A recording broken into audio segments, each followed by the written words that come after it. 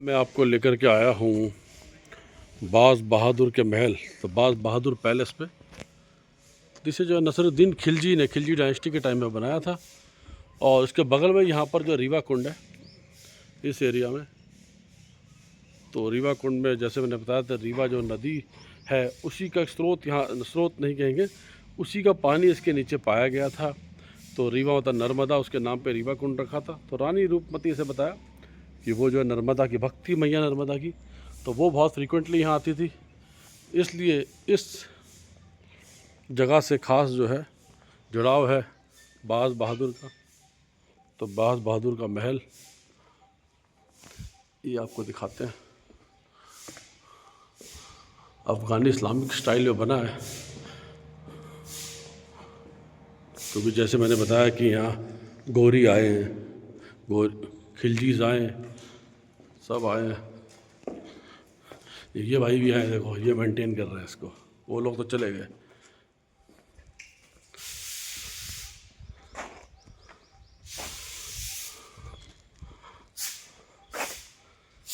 तो बाज बहादुर महल की झलकियाँ आपको दिखा रहे हैं। यहाँ से हम आए अंदर, सेंट्रल कोर्टयार्ड।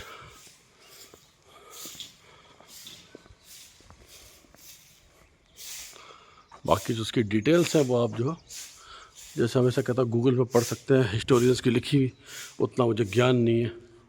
मैं आपको सिर्फ जगहें दिखाता हूँ, आपको दिखने में अच्छी लगे, आपको लगे कि मुझे भी देखनी है, तो आप ज़रूर आइए। देखिए मैंने कहा था अफ़गानी स्टाइल में बने हुए गुंबद, अफ़गान आर्किटेक्चर।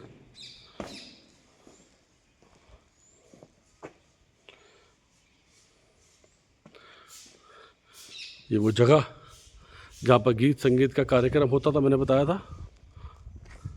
एक बुर्जिया मैंने आपको दिखाया था और एक बुर्ज मैंने आपको ये दिखाया था। यही वो जगह है जहाँ पर संगीत प्रेमी बाज बहादुर और उनके बहुत बड़े बड़े संगीतकार जो उनके साथ थे जुड़े हुए, वो यहाँ पर, और देश से बहुत सारे देश के कोने कोने संगीतकार यहाँ आते थे। और रानी रूपमती भी जो है नर्मदा के दर्शन करने के पश्चात यहाँ पर गायन देती थी और उन मेघ मल्हार गाती थी। सेंट्रल एक बावड़ी बनी थी, एक कुंड, जैसे हम लोग स्विमिंग पूल या पूल बनाते हैं। ये आप देखिए, चारों तरफ से स्टेप बने नीचे उतरने के लिए और उसमें पानी भरा होता था। तो और चारों तरफ ये बैठने का, राजा महाराजाओं के बैठने की जगह है। इस जगह पे जो इम्पोर्टेंट लोग हैं उधर बैठते थे इस जगह पे। आप देखिए सीढ़ियाँ चढ़ने के लिए, ये रॉयल लोगों की जगह।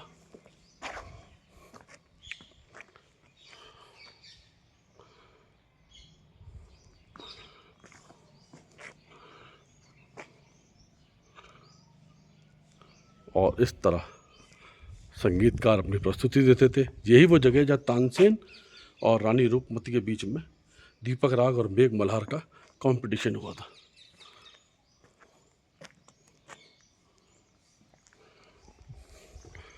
इससे आगे बढ़ते हैं।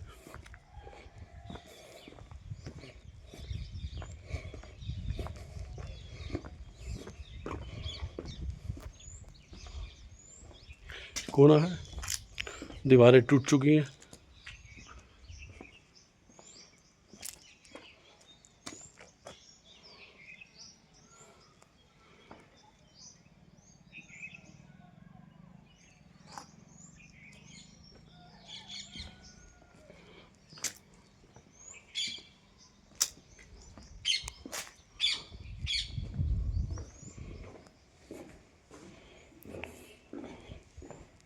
भारतवर्ष का गौरवशाली इतिहास रहा है।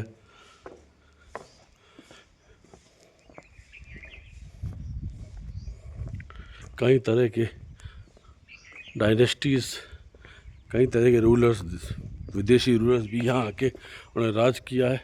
वो भी अपना आर्किटेक्चर छोड़ गए। हमारे पास भी बहुत रिच धरोहर थी और है, तो मिला जुला काफ़ी कुछ हमारे पास है देखने के लिए इस देश में। तो फिलहाल अभी आप देखिए ये बाज बहादुर का महल जो है।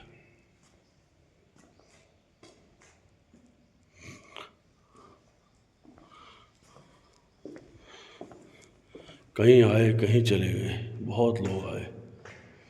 वक्त कभी रुकता नहीं है, उसका पहिया घूम रहा है, लगातार घूम रहा है, इस समय भी घूम रहा है। आज जहाँ हम हैं कल कोई और होगा, यही सच्चाई है।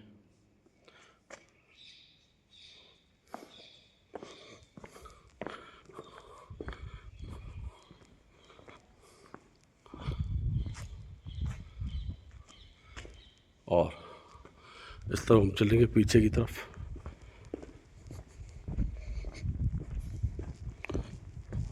रूम्स भी यहाँ बने, अब ये रहने के हैं किसी के या क्या है ये तो हमें नहीं मालूम। ये पीछे गार्डन का एरिया है, ओपन एरिया में भी कोई बाग बगीचा रहा होगा इसके पीछे का खूबसूरत, जिसको मेंटेन किया गया है, करने की कोशिश की गई है। कुछ हद तक काफ़ी अच्छा रखा है रख रखाव।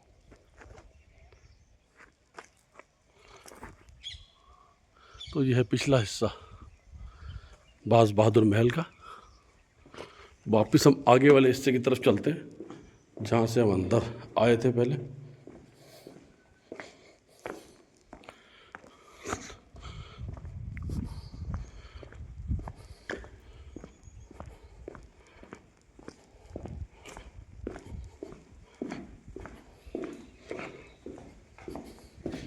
तो इस तरफ है ये गार्डन।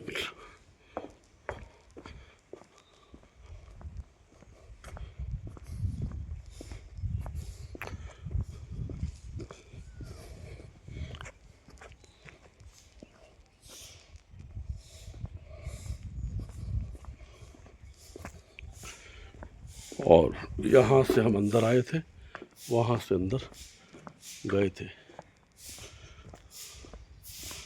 तो ये था आपके लिए बाज बहादुर का महल, मांडवगढ़, मांडू, मध्य प्रदेश।